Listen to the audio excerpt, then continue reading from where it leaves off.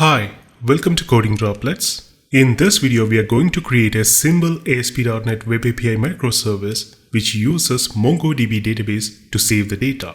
We are currently developing a demo microservice solution in which there are multiple microservices which uses different databases. So first, let me give you an overview of the solution that we are developing. We have already created the customer service which uses SQL Server database. This service is only having the customer module in it. We have also created a product service which uses MySQL database.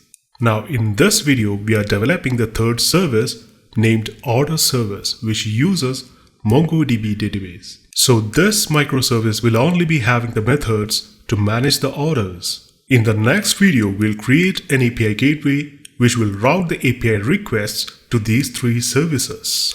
Then finally, we'll create a web application which will only communicate with the API gateway. From that application, we'll be able to create customers, products, and orders. We'll be able to do the CRUD operations in all the modules from the web application. CRUD means create, read, update, and delete.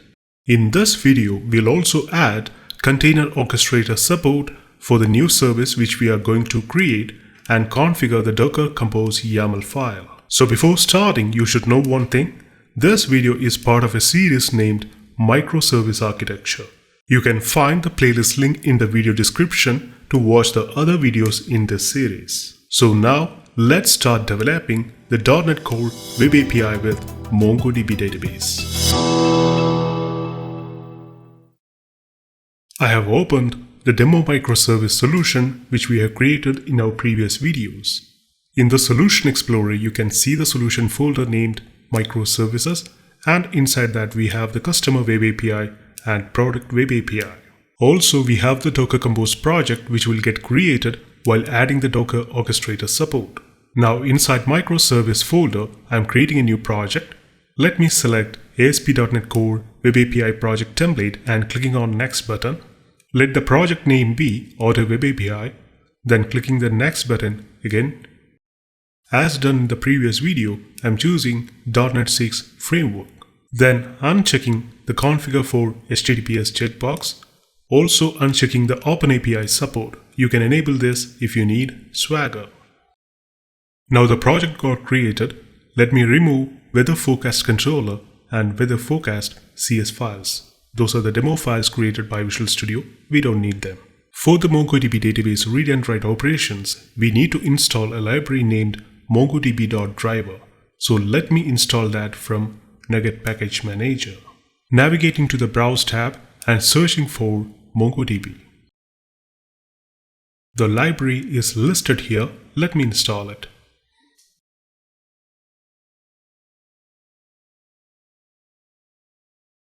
It is installed now. We can see the library now in the Installed tab. Next, we can create the model classes for our entities. So let me create a folder named Models inside the project. Now let me add a new class inside the Models folder and naming it as Order. The first property we need in the order entity is the order ID, which is the unique ID of the entity. The data type is string. Next property is customer ID, which is integer data type. In this property, we will map the unique ID of the customer in SQL Server database. Then we need the date and time of the order creation. The property name is ordered on. Next, we need to include the products in the order. Also, we must save the quantity and the unit price of the product. In a normal relational database like SQL Server or MySQL, we used to create a different table for saving that information. But as MongoDB is a non-relational database, we don't need a separate collection for that. If you are new to MongoDB and you need to learn C# MongoDB implementation, we have a series named MongoDB with C# Beginners Tutorial. That is an old series, hence the sound quality and the presentation style are not good enough. But we have covered most of the things what you need to start developing with MongoDB. In MongoDB, we can include array of objects in the same document. For that, let me create one more model class and naming it as Order Detail. In Order Detail class, First, we need the product ID, which is the unique ID of the product in MySQL database. Next, quantity, which is of decimal data type. Then the unit price, which is also a decimal data type. Now in the order model class, we can create a list of order detail objects, naming it as order details. Next, we can add some attributes. First, I'm adding serializable and base and ignore extra elements attribute for the class. Then base and ID, base and element, and base and representation attributes for the order ID property. Base and ID denotes that the property is the unique ID. Base and element attribute is used to mention a custom field name in the database. Base and representation is the data type of the field in the database. So order ID will be an object ID in the database, but in the application we'll get it as a string. Next, the attributes for the customer ID. The field name will be customer_ID and the data type will be int 32 in the database. Then attributes for ordered on property. Finally, the attributes for order details. In the same way, I am providing the attributes in order detail class.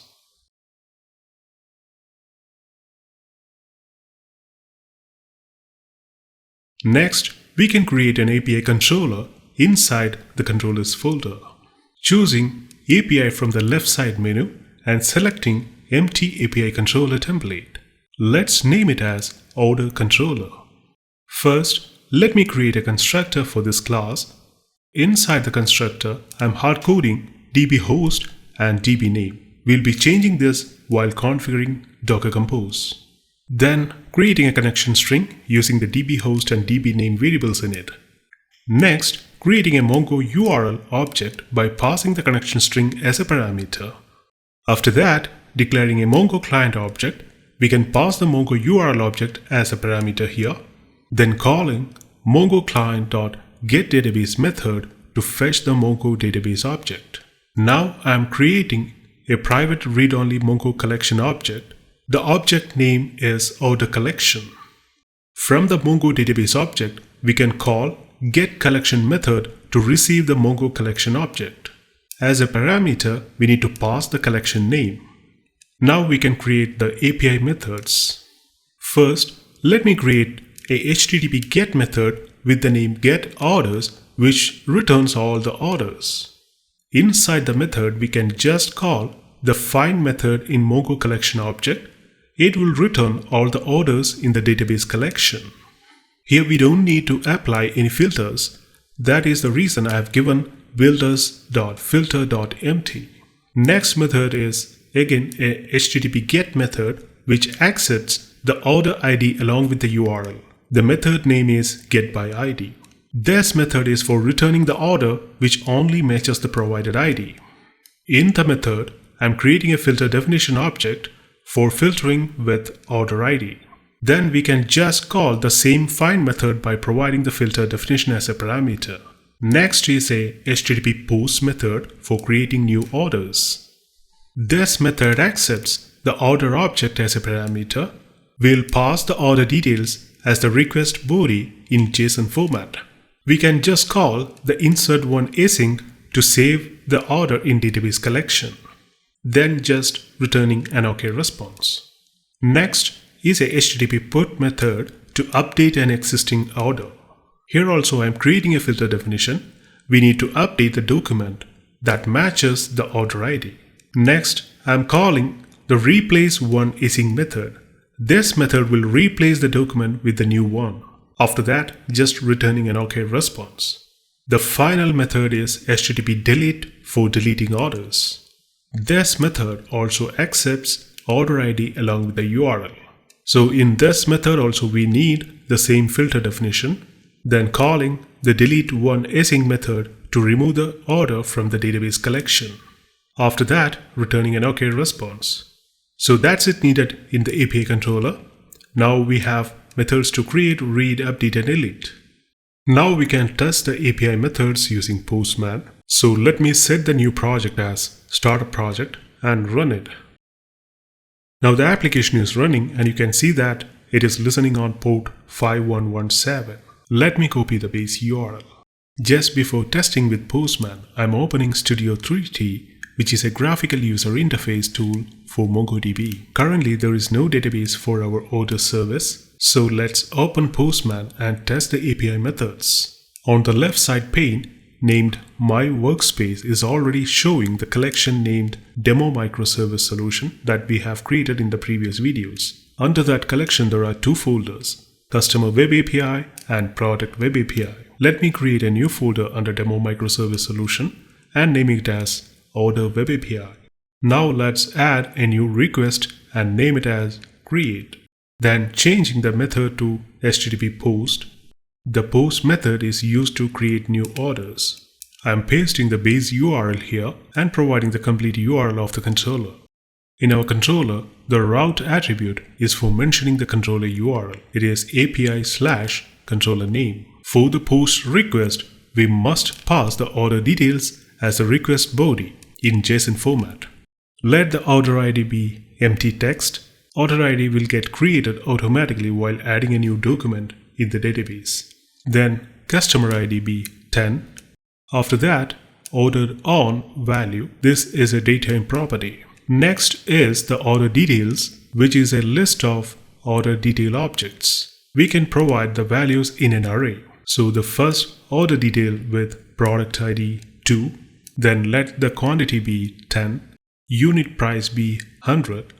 Now let me copy this and create one more order detail, just changing the values of product ID, quantity and unit price. I am clicking on the send button and you can see that we have received a 200 OK response. That means API execution is successful. Let's open Studio 3T again and check now. I am just refreshing the list and you can see that the database got created now. Inside the database, we have a new collection named Order. Let me right click on the collection and choose Open Collection tab. Here we can see the new order which we have created. We can change the view here. I'm changing it to JSON view. Now it is showing in JSON format. Let me create one more order by changing some values. I need only one product in this order. Again, we got a successful response. Let's have a look in Studio 3T. The new order is also listed here. There is another view named Tree View. In Tree View, we can see the details like this. We can just expand the documents or array fields which we need to see. So post request is working fine. Let me save it. Now I'm adding another request and naming it as Get Orders.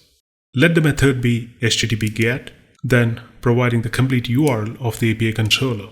Now this should execute the Get Orders method and list all the orders in the database. Let's try it.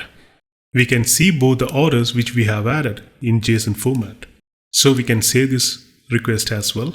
Next, creating another request, Get by ID, for fetching the order details by filtering with order ID. The method is again HTTP GET, but we should also provide the order ID along with the URL. We can copy the order ID from Studio 3T and provide it along with the URL. Now you can see it has only displayed the order which is having the provided order ID. Let me change the order ID, copying the order ID of the other order. It is working fine. So we can save this request as well. Now another request to update the order. So the method should be HTTP put, then providing the URL. For this method also, we must provide the order details in the request body. Let me copy the request body from the post request. But here, we also need to provide the order ID. It will update the order which matches the provided order ID. Let's make some changes in the order details. Let this order have 3 products in it.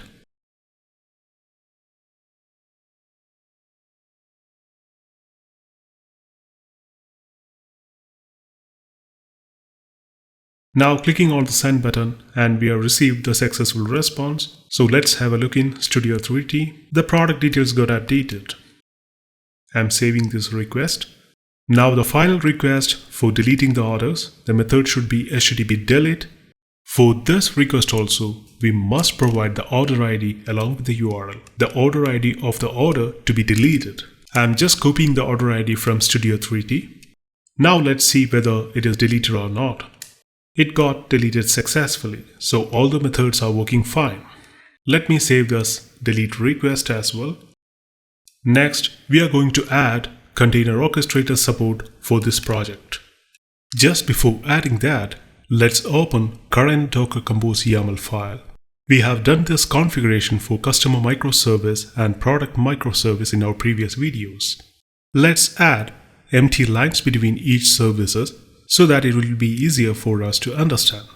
I'm also making some changes in port numbers. Some port numbers mentioned in this YAML file is already getting used by some other applications in my machine.